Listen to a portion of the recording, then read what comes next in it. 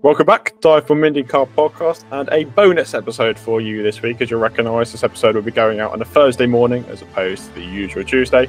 But there is a very good reason for that, as here's a very tired me and a very tired Archie to review day one of Content Day at the Indianapolis Motor Speedway. So I think we had 14 drivers in the hot seat today.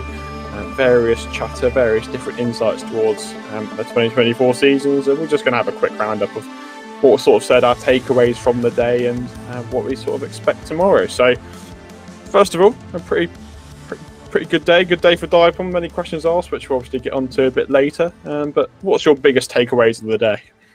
I'm not sure about biggest takeaways, but the drivers were clearly quite tired, especially as the day went on. Well, to be fair, early in the day, because it was about 8 a.m. for them by the time it was getting underway, and then I think 6 p.m. by the time it was finishing. But for us, it was 1 p.m. till pretty much getting on for... Well, it's about 11 p.m. now as we're recording. So long day, tired, a lot of sweets and sugar consumed to keep going. Sitting in front of a laptop is harder than you may think, especially when, I've made quite a few notes from throughout the day. I mean, it's still 2 months until St. Pete, which makes this kind of weird that we're doing these content days. It's quite far in advance. I've got it written on my whiteboard up there, 58 days until we get underway for first practice in St. Pete. But yeah, I mean, maybe it's best just starting off with Josef Newgarden, who I thought was one of the most engaging of the day, actually. I've got all my notes here from throughout the day. But yeah, Newgarden kind of was commenting on his off-season being busy, despite, being so long. I think being the Indy 500 winner, of course, he had quite a few events to go to. The Borg Warner Trophy, the unveiling of his face on there was something that he had to undergo. Yeah, I think obviously you had the hybrid. That was one of the big topics. Milwaukee, thermal, the same things kind of kept coming up. We won't bore you with that stuff because the answers were all quite similar. But I think first thing to mention is Bus Bros. Yeah, taking a long nap, in Newgarden's words. I think that was the biggest shock news of the day, that Bus Bros seems to be coming to an end in quite dramatic fashion. Yeah, I mean, he said they were out of the game at the moment. Scott McLaughlin, who we'll come on to in a bit, was a bit more certain, actually, that this could be the end for Bus Bros, at least for the time being for this season. But yeah, I think the best quotes we got from Newgarden were, he was saying basically, I want to get back to loving this, which, he said it's maybe not as dramatic as it seems, but, it does suggest that maybe he's felt a bit of pressure. I think the Indy 500 win, of course, takes that pressure off him somewhat. So that's a start on that front. I think, he kind of just maybe felt bogged down, felt he wasn't focusing enough on racing, which you're not saying the Bus Bros stuff was a distraction that he wasn't enjoying or anything. I don't think that's really particularly linked to this, but he did seem keen to express that, he wants to focus on track, and he's very motivated to really do the best job that he can on track. Yeah, and I think sort of the thing highlighted towards Newgarden is there was the 3 runner-up years in a row, and then last year, although the Indy 500 was obviously a great achievement, the rest of the season probably wasn't quite up to his usual standards, which I think was frustrating. So I think it's been a tough couple of years for Newgarden, but they're actively working on it at Penske. They've kind of analysed the problems. Will Power, as we said, who we'll get onto later, was quite vocal about the problems that Penske were having. So it's been a difficult one for Newgarden, but we spoke to Alex Palou in a day, who obviously regarded him as quite possibly his biggest contender outside of his teammate Scott Dixon. So it's a big season for Newgarden, but you can never count him out, whatever situation he's in. And 2 more short overs being added to the calendar is only going to play into his favour. Yeah, he said in terms of improvements, because there do need to be improvements. I think McLaughlin kind of obliterated his teammates in terms of qualifying, and then races. Newgarden away from the ovals was a little bit inconsistent. So he noted that he's kind of working on his personal processes, and really it's just a combination of things that needs to be put together to improve. He had a bit of bad luck last year, so he seems confident that he can kind of put things together. But overcoming the 2 leading Ganassi guys, Scott Dixon, who we spoke to after that, who we didn't get a question in for him, but he still was fascinating listening to Scott Dixon as always. Yeah. I mean, let's move on to Scott. Obviously, he was the next piece a bit later on in the day, and was quite reserved as Scott Dixon fashion. wasn't too excited about his prospects of the season. But, he kept it quite professional, and you can never count out Dixon. He's not ever going to give too much away, but he's done this for 22, 23 years now. He is that guy. So a lot of these content days are probably very similar questions for him. So it's obviously similar to Newgarden. Palou season was a huge contender, so it's going to be an interesting one into what happens this year.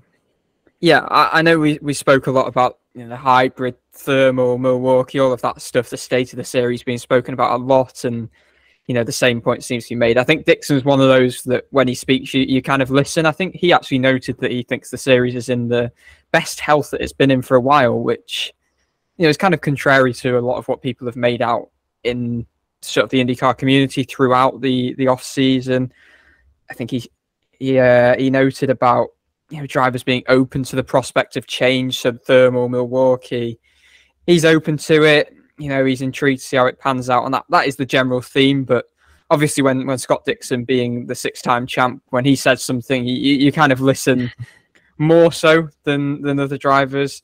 Looking at the hybrid, I think he actually, some have said maybe it'll take away from the credibility of any champion. However, Dixon believes that won't be the case. I think he thinks that the mid-season regulation change maybe won't have as profound an impact as some people seem to suggest. But yeah, Dixon kind of spoke about that stuff. Aside from that, there wasn't too much of note. I think there was the question about retirement, but he hasn't seemed to have considered that yet. Obviously, he mentioned Castroneves. I think he said something about Castroneves being 50, which he's not quite 50 yet. But yeah, other notes from Ganassi, really. He spoke about 5 cars. He said there are more things going on. There's more moving parts in the team. But while he said it was a challenge to kind of contain that, and kind of a challenge to make people happy, really, within an enlarged team, I don't think he seemed too concerned that it would maybe be to the detriment of their performance. Yeah, and it's going to be a telling year for Scott Dixon. Can he claim that elusive 7th title? I think now the competition is way more than it was a couple of years ago when he was dominating the series. Obviously, he's got his teammate Alex Palou, who's his biggest threat, as well as the likes of Newgarden, the likes of McLaughlin, and the likes of Pato O'Ward, who we'll see tomorrow. It's going to be a big year for Dixon. But as we said, sort of on the thermal point, we might as well cover this whole day. Our drivers seem generally positive towards it. I think the sort of made for TV aspect they think is good for the growth of the series. It's just obviously a bit unknown towards the format. But Newgarden was one in particular who was asked, is it dangerous chucking chassis on early in the season? But I think his point was, we do it at the Indy 500. Why would we do it here? So yeah, I don't have much more to add, really. I think it was kind of the general thing that the drivers seem willing to give it a go. If it doesn't work out, then maybe it's not something they continue. But yeah, no, I agree with kind of what you've observed there, that they seem happy to kind of do it for this year.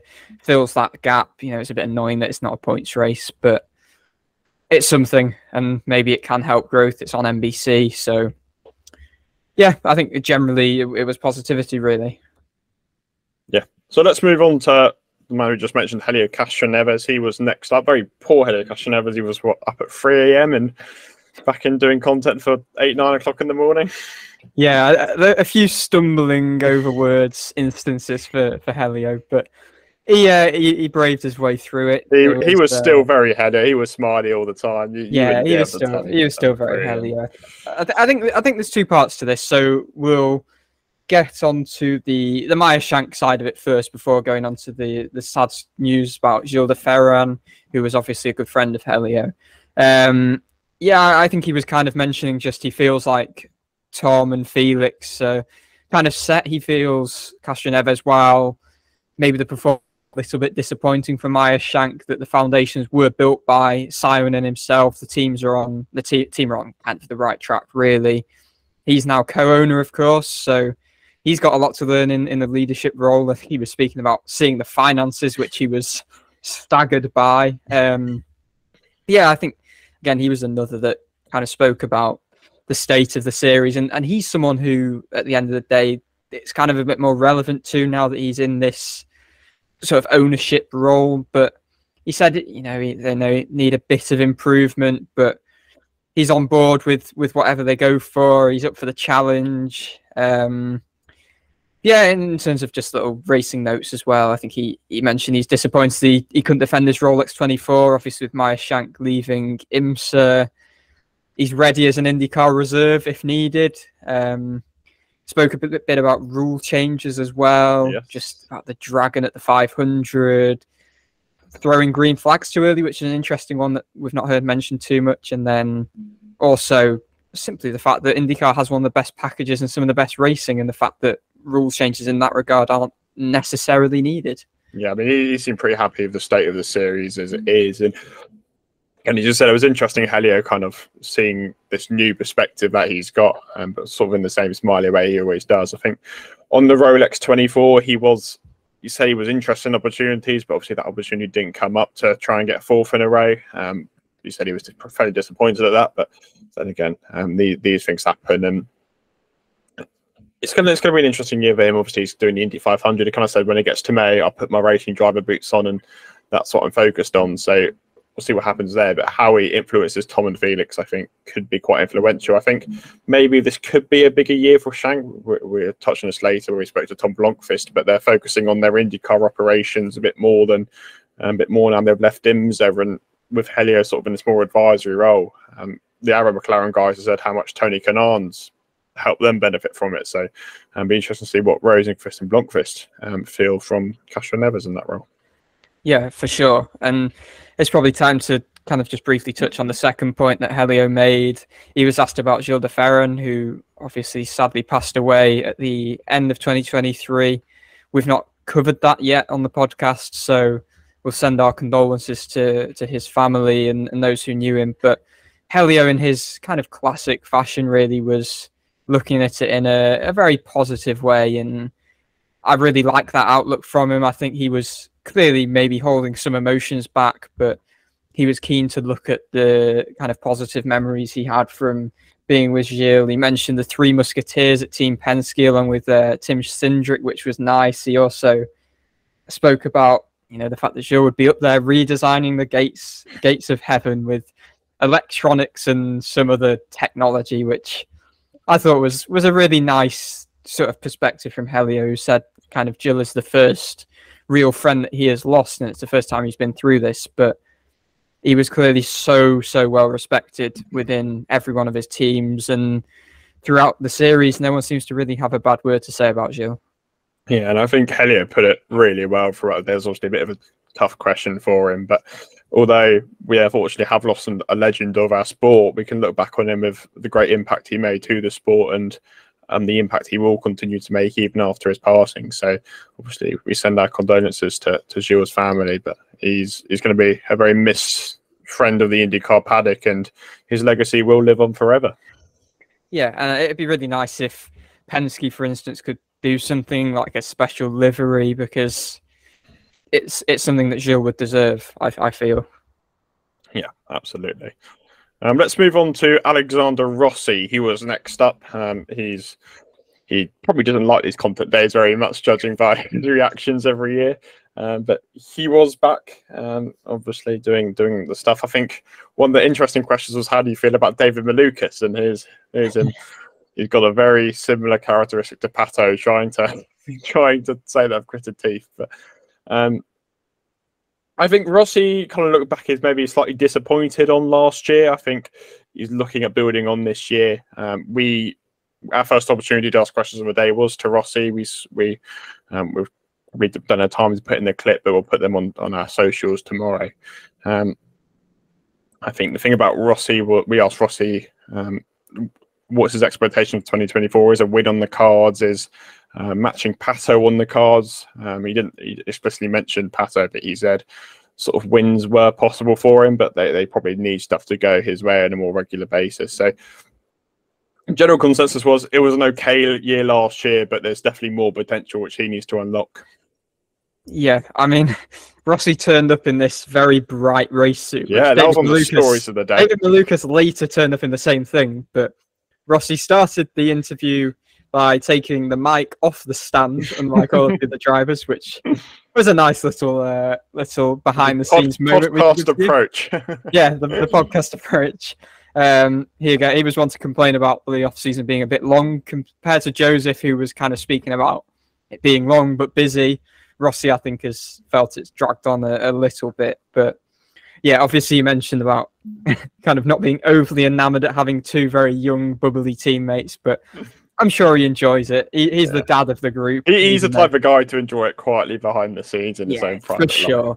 For sure. But yeah, he spoke just about kind of approaching the season one event at a time. Obviously, there's preparations going to the 500 before the season, for instance, but he just wants to get out of what he describes as a ninth place purgatory. He kind of is a bit fed up of finishing ninth in the championship, but you know, he says it's not just one thing that needs improving, but he described their Saturday performance as really, really poor, was not impressed with how they qualified through the year.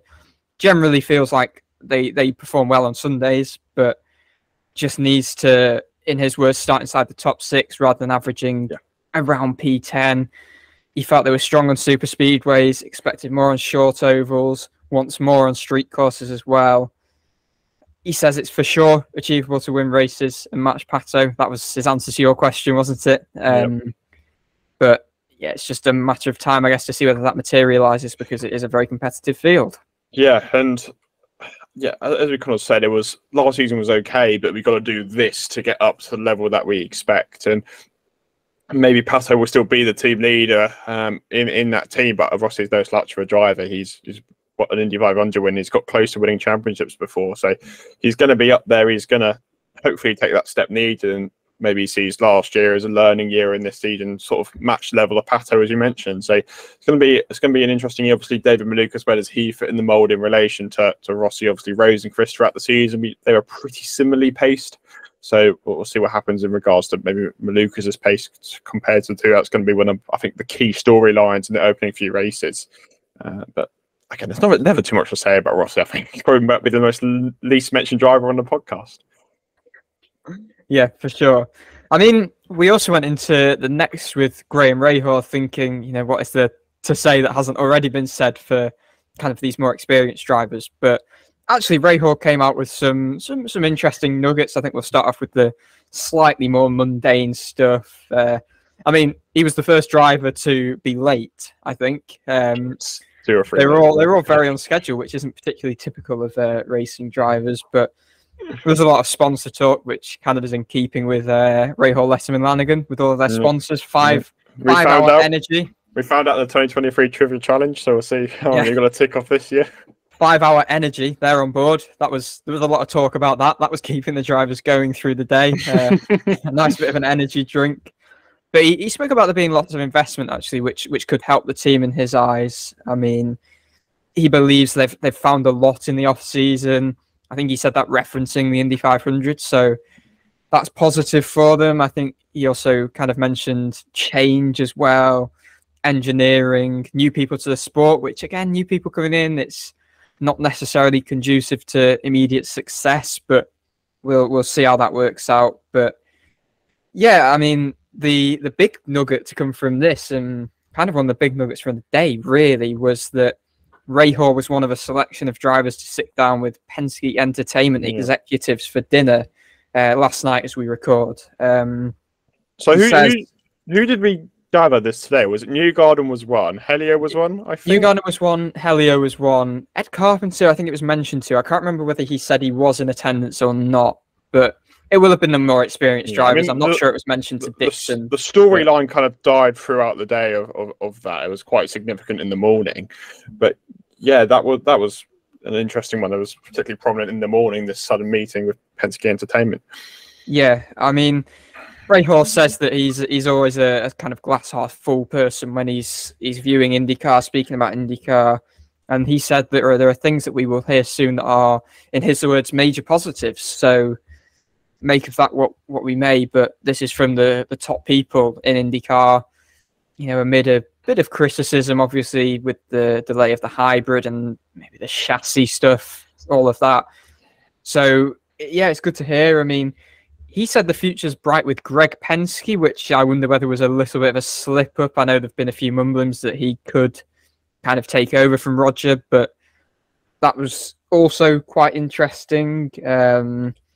Yeah, other than that, it was kind of just talk about TV deals, which may have been on the agenda in this meeting. He said that, you know, I mean, I'm sure all of the drivers agree they don't want 100% streaming, that sort of thing. But yeah, he's hoping that a year like 2015 is ahead for him, where he got 2 wins, 2 second places, and 2 third places. Yes. I think, yeah, obviously the start of Graham was about the Indy 500, and he didn't touch on it too much, understandably. It was obviously quite a traumatic experience for Graham, obviously going through the bump and then coming back in. But I think there was a bit more of a confidence that won't repeat this year. Their form did significantly improve towards the end of the year. Even on ovals, I think last year they were horrific when we went to the short ovals, but this year they didn't look completely out of their depth, which was quite good. And obviously this meeting was one of the main storylines of the morning, as we said, and all the drivers that came out of that meeting seemed pretty positive with the future that IndyCar's going in, which is fantastic news. Yeah, I mean, talking of ovals, we may as well go on to Ed Carpenter. I'll be honest, there's not masses to say about this apart from probably the headline, and this kind of was a theme through the day, kind of observing race suits. But yep. Ed Carpenter was sporting a new race suit with a new main sponsor, which was Guy Care, which is part of the Todd Alt family. Todd Alt obviously involved with BitNile. BitNile was still there, but not as the primary sponsor. It was just a smaller sponsor on his suit. So remains to be seen whether Rinus VeeKay tomorrow turns up with a Guy Care race suit or continues with the white and gold BitNile car. But yeah, other than that, I think it was just a few things really with Ed Carpenter Racing generally. Yeah. No satisfaction, not being satisfied with last year, not meeting targets, and kind of a bit of promise this year. Rinus and Christian Rasmussen, of course, he said they're working well together. He already said that it's the most complimentary partner he has had for Rinus, which is quite a big thing to say early on. Yeah. Did seem happy with the work of Ryan Hunter-Reay last season, though, which was positive, and we saw that in Rinus's performances towards the end of last year. So whether that will be a topic for Rinus tomorrow, we'll have to wait and see. But strong all round. So that was the morning sessions. We had a lot of the veteran drivers in the morning, and then the afternoon was a bit more. I think people were getting a bit tired by the afternoon. But there were still loads of different nuggets that we took away from the afternoon. A lot more questions for DIVEBOMB. I think we had about a 50% success rate in questions in the afternoon, or near enough. So that was pretty strong for us. So we'll start off with Will Power. Again, another experienced driver who, a bit like Dixon, he was a bit reserved generally, but he sort of recognised Penske's form wasn't really strong enough last year. I mean, one thing he highlighted throughout his entire interview was just the dominance of Palou, and he was like, it's not a case of you can't make mistakes. It's a case of you got to win races as well. And that's what Palou was so good at. And he was so strong. He spoke so strongly of Palou, which was really good to see. And he obviously sees him as a huge challenge towards next year, but the goal that Penske should be aiming for. Yeah, I mean, he was really startled when the question was posed at him about Dixon's lowest finish being, was it 7th aside from Long Beach, Palou's being 8th. I mean, he was almost, you would say, in awe of kind of what they produced there. So, he's kind of astonished at that level. Not sure how he'll match it, but this is Will Power. Of course, he will believe he can get back up there. We looked 2 years ago, and if you said at the start of the season that Will Power would be your champion, you would have laughed. So you can never count him out.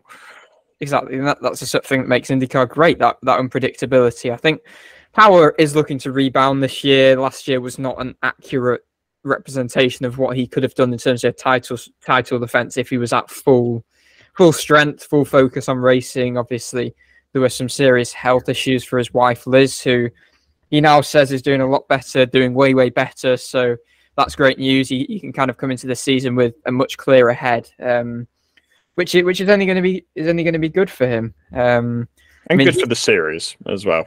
Yeah, for sure. I mean, he's great for the series. I mean, he came he came into the media room complaining about he was paying the price for having sandwiches at lunch rather than Did he say something about not going to an Italian or something? Yeah, something like. I mean, loads of the drivers brought in Starbucks. I think our next character did, but yeah, that was another theme of the day. Yeah, and then he faked a neck injury yesterday as we record on his Instagram story, saying he'd had a squat competition with someone, so he was in a neck brace. We were all quite alarmed, and until he confirmed on a later Instagram story that he was being sarcastic, we all kind of half expected him to turn up to Content Day with a neck brace on, and we'd have gifs of willpower with a neck brace, but that wasn't to be. But yeah, he's always entertaining. Yeah, he is. And hopefully we'll see him back to his very best going into next year. Talking of entertaining figures, that brings us on absolutely fantastically to David Malukas, who I think gave us a bit of lunchtime energy when he came on the show. He was very bubbly, very bright. I think he was the latest. He was about 5 minutes late, I think. Yeah, he was the latest, but he gave us it was worth it. He was very funny at the start. He was having a bit of a laugh of all the in-person press conference. He was the one who brought Starbucks, so he must have had a quick lunch break. So. Yeah, he was wearing that same luminous race suit as we mentioned. And so we noticed from our screens it was luminous, and then there's obviously been leaks in person where this thing is brighter than the sun. I'm convinced. It's so bright. I mean, the color wasn't showing through properly virtually because it was so bright. It was kind of just shining a bit, which kind of showed everything. But we had some fun, Malukas Nuggets. He's such a breath of fresh air. He's joyous. He's always a laugh. I think he might be one of the few who really enjoy this sort of day. Yeah, I mean, while Dave, the moderator, was passing the mic to someone, I think he said "waiting for greatness" or something as he waited for the question, which was amusing. But yeah, looking at the on-track stuff, I mean, he gave some good quotes as well. He's going for the top, he's going for podiums, going for wins. That's what he said. He said that so far the transition has been as smooth as possible. So yeah, I mean, that was the other fun story he gave, was that he found out that he was going to be moving to McLaren after Nashville once all of the Palou stuff kind of emerged, and he kept it quiet until Laguna. He said he had an absolutely great time watching everyone speculating on social media, while he knew and no one else did. I think that was maybe my favourite bit of the day, where Malukas is saying, "I'm behind the screen going hee hee hee." For sure. Obviously, he's very active on social media. He seems to see absolutely everything. But one of the things he did actually speak about on a more serious note was how Aaron McLaren helps his social brand. Because with Pato before, they've loved this sort of content, and now with Malukas adding it, it's almost like a meme dream team. Yeah, no, for sure. I mean, he mentioned, I think it might have been to your question actually, that there are a lot more people than he obviously experienced having at Coin, a lot more names to remember, but ultimately he describes it as a good change, and he's kind of been a bit of a forgotten man in terms of the movers this summer, but I'm really excited to see what he can produce. Yeah, absolutely. And as I said, I think he's going to be one of the storylines early on in the season. Malukas was one we did get to ask a question to. So we asked him, what is the biggest change going from a smaller team like Coin into a bigger team such as Aaron McLaren? And I think Malukas' point was just the people. The people are so different. It's such a bigger operation. There's so many names to learn, so many people to get on with. And again, it's a big environment for Lucas. There's a big change where obviously he had the HMD aspect. He was the center point of the team, but now he's a little egg in a big organization. So it's a big change for Malukas, but I'm sure he's going to thrive in that environment. Yeah, for sure. And I mean, following him into the press conference room, and we mentioned this, there was a bit of beef between these two, and we kind of never quite figured out whether it was serious or not serious. So hopefully a light gets shed on that at some point. But it was Scott McLaughlin, another fun character who was in next. I mean, this is where we got some more certain answers about Bus Bros and the whole saga. Whereas Newgarden was like, who knows? It might come back. McLaughlin pretty much just said it's dead in the water for now. Joe's just sacked the producer. Yeah, I can't remember the exact quotes, but that was the best bit that I certainly do remember. Josef sacked the producer because obviously Brian Simpson, who was in charge of the whole Bus Bros thing, has created a new media sort of brand, Stillhouse, and Newgarden initially helped Brian get into this career, but they have parted ways, and everyone else in terms of Brian's clients have stayed. So yeah, Newgarden has kind of moved away from the guy who was producing Bus Bros. So there's no one to produce it now, and it's quite sad really, because it really shone a light on the personalities in IndyCar, and it's a bit of a loss to lose that sort of thing. So that was a shame. I mean, looking on track, I mean, McLaughlin said, and it's quite obvious that last year was his best year in IndyCar. But yeah, kind of this off season, I think he's kind of felt that he can go his own way and kind of can be left to his own devices. He said he hasn't actually seen any of his two teammates, Will Power, Josef Newgarden, until this first content day. So he clearly now feels, after their help, which he detailed that they had really helped him in terms of Power helping him in qualifying, Newgarden helping him, especially last year, to develop on short ovals, that now he kind of feels settled. He's got his visa sorted in the US as well. So I think he feels ready to challenge for the championship. Yeah, I think one of the big things he said, he feels like a single-seater driver rather than a touring car driver now, which is quite significant. He feels he is now a driver ready to compete for championships, which is huge. Yeah, and I think he feels there's real continuity as well with his thirsty threes, as he calls his team. I think all kind of staying the same. Ben Bretzman is his engineer. So yeah, I think he feels really confident again coming into this season. And I feel like expectations last year were maybe a little too high, but I don't think it's unreasonable to suggest he could really contend for the championship this year. And I think one thing with the whole of Penske, I think Will was the one who highlighted this the most, but the morale is high as has ever been in that team. I think the whole NASCAR double defending champion with Logano and Blaney has really benefited the team, as well as Newgarden's 500, and they feel confident that they can carry this on in both series going into next year. Let's go on to Tom Blomqvist, who was our next one. Obviously, a previous appearance on the DIVEBOMB IndyCar Podcast, if you look back a few months ago. Obviously, Tom's coming in as a rookie, and big changes for Tom. He's going from IMSA into IndyCar. He had a double in the season last year, which he really highlighted how useful that was, those few races, and just sort of the expectations going into 2024 for him. Yeah, I think he kind of... Well, there's not much that he said that we kind of didn't cover on the podcast with him, so it's worth giving that a listen. It was about a 25-minute conversation with Tom, I think, a few months back, so it's worth giving that a listen. But yeah, I think he said it kind of feels like, albeit a bit delayed, the natural progression of his junior open wheel career. So he's setting himself small goals. He's being realistic. He said top 15 in St. Pete would be good. So yeah, I mean, and that would be a good start for him. But I think you asked him, Dan, didn't you, about the 500? So do you want to feedback what he said on that front? Yeah, so obviously Tom's coming in as a rookie, and over racing isn't something he's done before. And I think one of the key things for us is Texas is coming off the calendar. Is that going to change his approach into over racing? He's got no other experience for high speed oval. Yes, you've got months, or not months, but weeks of testing at IMS, but that doesn't quite give you the wheel to wheel experience that you might need at a place like the 500. And Tom's immediate reply was, that's a difficult one. But he went on to say, just because I haven't got an over race under my belt, Texas was going to be difficult anyway, and the 500 is going to be difficult as well. And he says he's going to get a lot of practice, which is obviously really significant. But he said he's not too disappointed about it. He thinks he's going to have enough time to get up to speed at the 500. And he says it would have been nice to have Texas, but at the end of the day, he's got a job to do at Indy, and he still thinks that's not going to hamper him too much. It might affect him ever so slightly, but he seems pretty confident in his performance to be able to continue that into Indy. Yeah, I mean, I actually think he had a really interesting perspective on it, that it was almost, obviously not as beneficial, but almost as beneficial to just come into Indy, a fresh slate in terms of oval racing. Obviously not with a race under your belt, which is a drawback, but it means for his first ever oval race, he can have just about as much preparation as you can hope for through testing, through practice, when you can have, a bit of practice of race running behind other cars. So it's not like you go into the race with a complete unknown.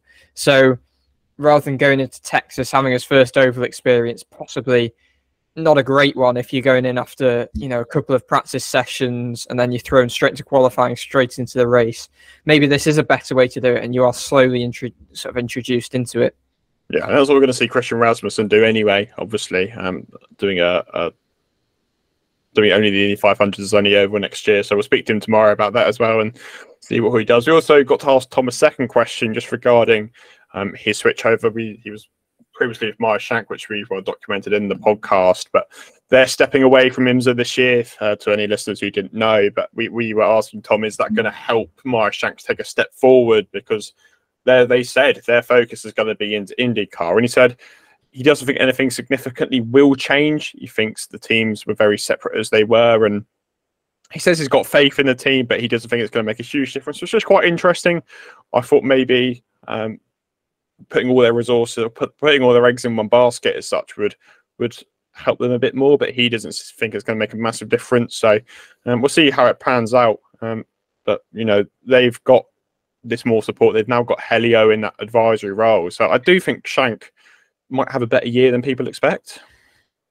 Yeah, I mean, it's quite possible. I mean, as we mentioned, Helio was quite confident that him and Simon had laid the foundations, and obviously Helio's still going to be there overseeing it all. So, yeah, I mean, Blomqvist he was also asked about sort of the influence Castroneves could have. I think he feels he can learn from both Helio and from Felix as well. So, yeah, I mean, it's hard to know what to expect from them, but I think there is a little bit of confidence from what we can interpret that they could make a step forward.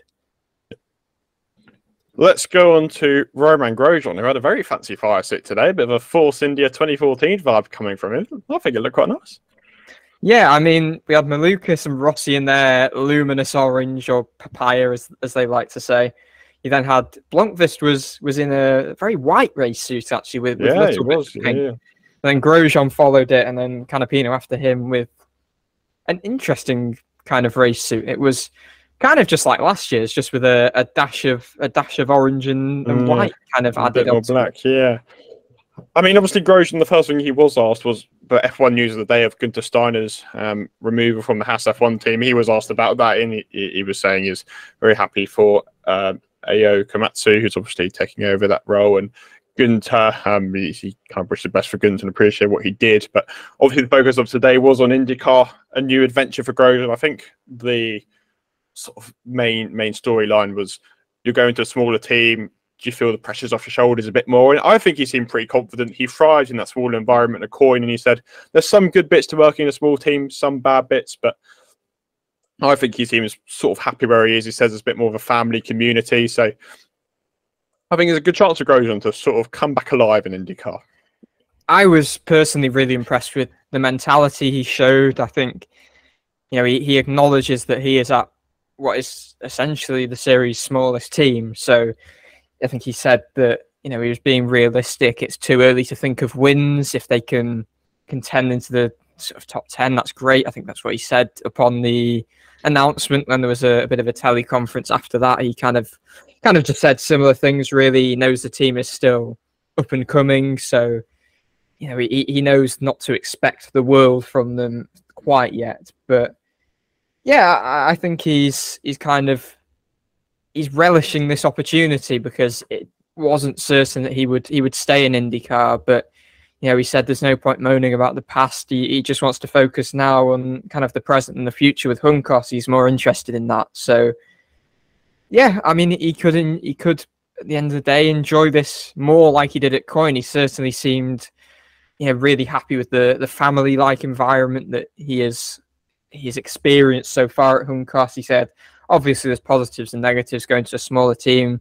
The obvious glaring negative that they don't have the resources to have the sort of performance that Andretti had when he's getting poles, he's fighting for wins, getting podiums. But yeah, I think he seems positive. There's a test coming in Miami. I think he's doing a day and a half at Homestead. But he just doesn't quite know what success is yet. And I think that's fine, because it's hard to tell when you're moving into a team that is kind of just so low on resources and has not very much experience, as he pointed out. Exactly what Callum Milot told us just a couple of weeks ago, that, you know, it's great to be in IndyCar, but this is a team with the least resources. They're still building up as a fairly new team. And as we said, I think it's a good opportunity for Grosjean. Let's see how this year goes before we review his future a bit more. But he thrived at Coin. Why can't he do the same with Hunkos? So let's hope he gets back on the right track. I mean, there is the one thing to detail about the Andretti saga. Yes. He No simply comment. said, no comment. He knew, I mean, it was Jack Benyon from the race who is a fellow Brit. I think he's a fellow Mancunian. At least he lives in Manchester like me. So that's a note to IndyCar press conference attendees from Manchester. Well, I think there's only one based in Tunbridge Wells, personally. So. But yeah, he knew what I think Jack probably knew what the answer was going to be anyway. But in the spirit of good journalism, you've got to ask those questions just in case. But Roman knew he knew what was coming. It was a no comment and case closed. Then we moved on to his teammate Agustin Canapino, a bit like Malukas. He brought a nice little vibe to start off the press conference. I think we commented on this before he came on. We were like, "Well, how did he do this last year?" Because obviously he didn't speak very good English, and he was asked, we were wondering how English has improved since last year. And Canapino said, "I remember this moment 1 year ago." The host had the pressure is on, and Canapino says, "It was more than the Indy 500 qualification." So yeah, brilliant quote. That's a brilliant quote. But yeah, I mean, the thing that staggered me, first of all, is when he was introduced. He's a 15-time touring car champion. I knew he was good, but wow. Yeah, that's McLaughlin's only what, a 2-time, 3-time? He's got rookie numbers. Yeah, 3-time. But yeah, I mean, Canapino, he said that while he's not relaxed, he definitely feels more prepared going into this second season. He's learned a lot, whether about the racing, the rules, and he now just has an idea of what the series is all about, what open wheel racing is all about.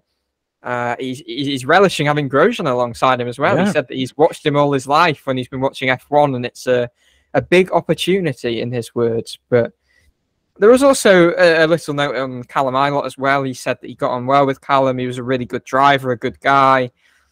Just the issue there was the hate that he got from Canapino, his own fans, which was a shame. But you know, they're moving on now with Grosjean, of course, and you know, Canapino is very positive about the prospects there. Yep. And he was also asked by yourself, what was it about? Yeah, you asked about the Argentina race, didn't you? Yeah, so I think that's been a bit of a storyline of the off-season. It's got a bit quieter in the last few months, it has to be said, but we asked Canapino what he'd like to see in Argentina and whether he would like a race, and he said, "Yeah, I'd absolutely love a race there. It'd be good for me, it'd be good for my country, and it'd be great for the series." And you know, he was very, very optimistic about it. He wants to see it happen. So obviously there's a few more logistical sides, but when we last got an update, it was IndyCar actively working on it. So we'll see what pans out there. But they seem pretty optimistic that they can get something to happen in that regard. Yeah, it's a wish, it's a dream, he said. So it's clear he wants it to happen. And we had a little bit of fun with him as well, didn't you, at the end of the press conference? So yeah, just for a bit of context, for the foreign drivers, they go to national media, and obviously Canapino had a large presence of Argentine support there. And we'll have a last English question from Dan Jones, Type and Motorsport Magazine. Unless you speak Spanish, Dan. The answer is unfortunately not. However, we've made an agreement that me and Agustin are going to have a question next year in Spanish. So one of my journeys, I learned Spanish for next year's IndyCar Content Day. So we all had a bit of a laugh with Canapino about me learning Spanish. So watch the space next year, and we'll see if I can do the podcast in fluent Spanish. And talking of Spanish, it was Alex Palou. We're doing well here. Penultimate driver of the day, I think. Yeah, he was. There was a lot from Palou. I think Newgarden started the day off quite strong, despite it being early morning. Some good quotes there, but I think other than that, Palou was one of the most in-depth, really. I mean, he's a good guy, Alex Palou, as well. He was having a nice time. He might have been in one of the late graveyard shifts after a long day of filming GIFs or interviews or whatever other content, but he offered 5 more minutes of his time as well, more than he had to get some more questions fielded from I think it was the Spanish media. He had a lot of energy. Maybe he's been having some of the 5-hour energy drinks or whatever that Ray Hall seems to be shoving down people's necks almost.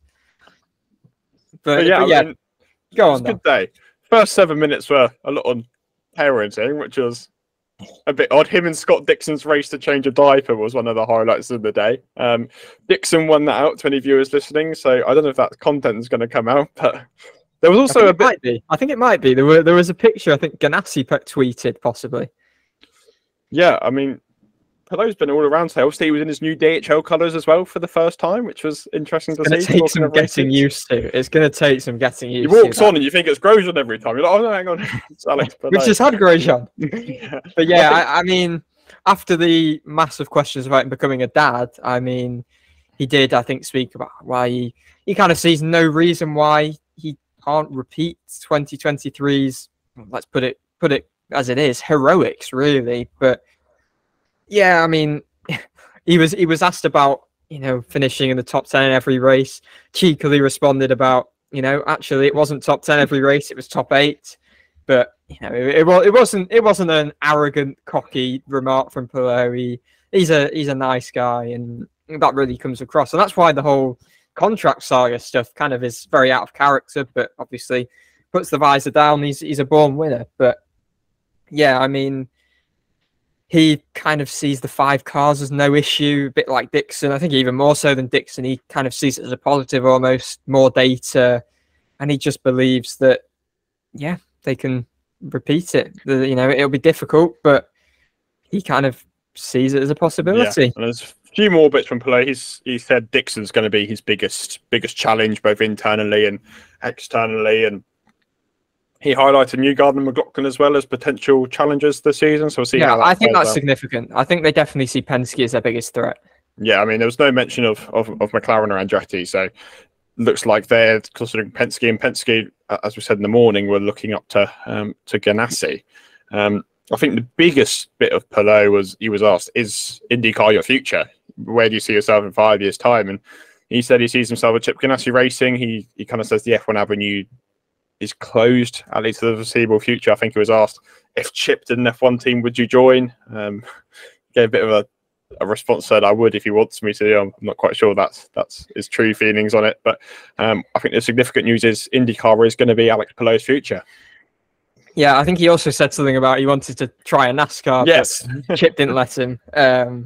Yeah, I think possibly the most significant news to come out of the day. There were quite a few, decent few quotes, some decent nuggets, but I think the fact that Palou said he wants to win multiple IndyCar championships in Indy 500s, clearly, he just put it simply, where will you be in 5 years? I'll be here, and I'll be with Chip Ganassi. So, he's tried F1, as he said it didn't work out, and it seems to me like maybe he is just putting that on the back burner for now. Maybe it'll rear its head again in the future, but he's not getting any younger. He's not old, of course, but he isn't among the young crop of drivers. So that boat might have passed, and he seems relatively content with what he's got. If that does happen to be the case. Yeah. So interesting year for Palou. I think he seemed mildly confident that a championship could be coming his way this year. Obviously, we've got 17 races to go between us finding out, but he seems fairly confident that he'll repeat his 2023 heroics.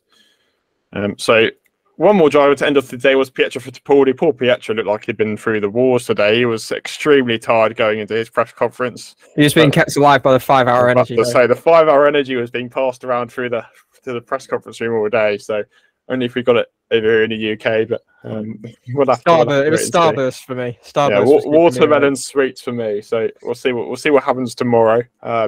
We have probably been sat in front of our computers for about nearing 14 hours now. No, not that long. That's a bit long. Maybe 10 hours, 10, 11 hours. So yeah, we got breaks in between. Don't worry. We started at 1. So with breaks, it's been about 11 hours. Yeah, so it's been a long day, but obviously Pietro Fittipaldi was there to end it all off for us. And yeah, we didn't get really too much from Pietro. I think most of the stuff was done in his personal press conference a few weeks ago, but it was a sort of, how are you feeling towards this year? How are you going to fit in with the team with sort of an experienced head and a youthful head in Christian Lundgaard? He seemed pretty optimistic about his chances for this year. He was also asked about the Gunter Steiner situation, and he said Steiner's been a good servant to him, and he's sad to see him go. But he's thankful for the opportunities that he gave him. So a bit to unpack there, but sort of the end, sort of gave a good end of day vibe, didn't it? Yeah, I think he said he was extremely grateful. He described Gunter as a friend, a boss, a mentor. So, yeah, obviously he's still involved with Haas as their reserve.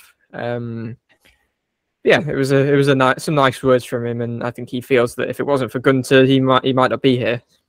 Yeah, absolutely. And we got a few questions to Pietro just to round off our day, and it was, first of all, we kind of asked him, you've bounced around a couple of different things, you haven't really had a future anyway. Is IndyCar your future? And you seem pretty confident in saying that IndyCar is the place where he wants to be in the next few years. So interesting to see where he's going to go. He said he got offers in Le Mans Hypercar, the Le Mans Hypercar category to race in there. But yeah, he's been committed to IndyCar, said the opportunity's there, and he wants to take it. Yeah, and he also told you that he believed for sure that he could match his teammates. I mean, it might take a bit of time, obviously, coming back into single-seater racing, coming back into IndyCar after, I think it's been 3 years since he's been in IndyCar. So he believes that maybe as the season progresses, he can possibly fight for poles, for wins with his teammates. But yeah, I think he was quite positive that, anyone can win with the right strategy in IndyCar. Yeah, it was a bit similar form to Ross. I think Rossi seemed a bit more confident than Fittipaldi did. But again, Rahal, you kind of noticed the road course form was really there, and it's stuff to build on. And he's got two great teammates around him, a really experienced head in Graham Rahal and a young head in Christian Lundgaard, but who is also an extremely quick driver. And he's sort of a nice mix of experience and that youthful presence as Fittipaldi. So he's going to be interesting to see how he slots in. Obviously, the 30 car did struggle a bit last year. Obviously, driver changing quite a bit. Harvey not up to the standards. But we'll see what Fittipaldi does, and hopefully he's on for a good season. As we said, he's pretty confident results can come his way, so we'll have to see what pans out of it. So there we are. I think that is day one of our IndyCar Content Day. We've both made it. Well done, Archie. We've completed the day. Brilliant. Yeah, a great day, and we'll be back again with more tomorrow. Absolutely. So stay tuned for tomorrow's episode. We'll do exactly the same as we've done today, just rounding out the day. We've got a few names tomorrow. We are still waiting some updates because there have been some changes, but just to let you know, it's basically everyone we haven't had already. So we've got Rinus VK, Marcus Ericsson, Pato Award, Christian Rasmussen, Christian Lundgaard, Marcus Armstrong. We've also got Santino Ferrucci in the morning, who was announced on Monday, I think. Monday, Tuesday? Some day this week. It's been a long day.